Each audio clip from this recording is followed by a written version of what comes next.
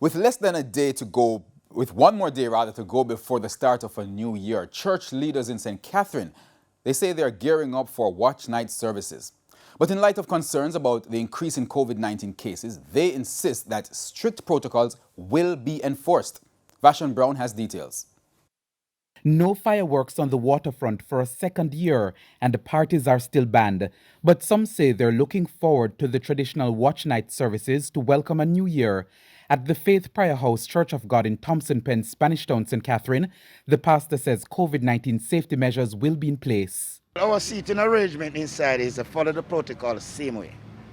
We put our benches that all the person's bag or purse or Bibles can put on. If you notice, our chairs is still in the settings. When the chairs is finished, nobody is permitted to sit on the benches because we are totally in agreement with the government where the protocol is concerned. He says the church will also ensure that someone is at the gate to control the number of people entering the compound.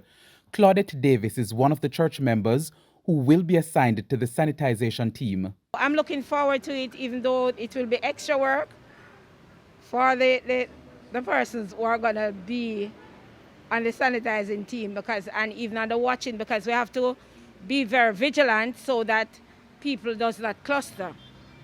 What we do, if you are one household, we always try to put the one household together.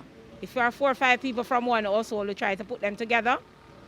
And then those that are strangers, we try to separate them with a 6 feet distance. Minister at the Independence City Church of Christ in Portmore, St. Catherine, Damian Lowe, says before the pandemic, church members would fellowship and play games until the following day, but this is the new normal. We're hoping to get here around 8:30 for some food and fellowship, and around 10 p.m. we'll have our worship service. That should take us up to around close to midnight. At midnight, we'll be wishing everyone a happy new year, and then we'll be dispersing to our homes. With a rising positivity rate and an increase in the number of daily new COVID-19 infections, there have been calls from medical professionals for a cancellation of the New Year's Eve 1 a.m. curfew. If the curfew is shortened now and it's at 8 or 9 p.m., we would have to have it online.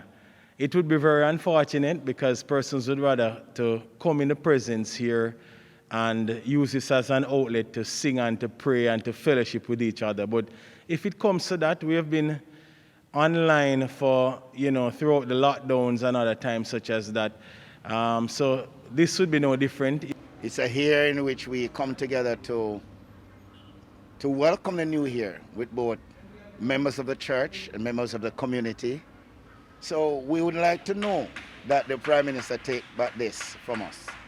We want this to be a part of us because this is where a lot of young people comes, they hang out, preparing themselves for the new year. Vashon Brown, TVJ News.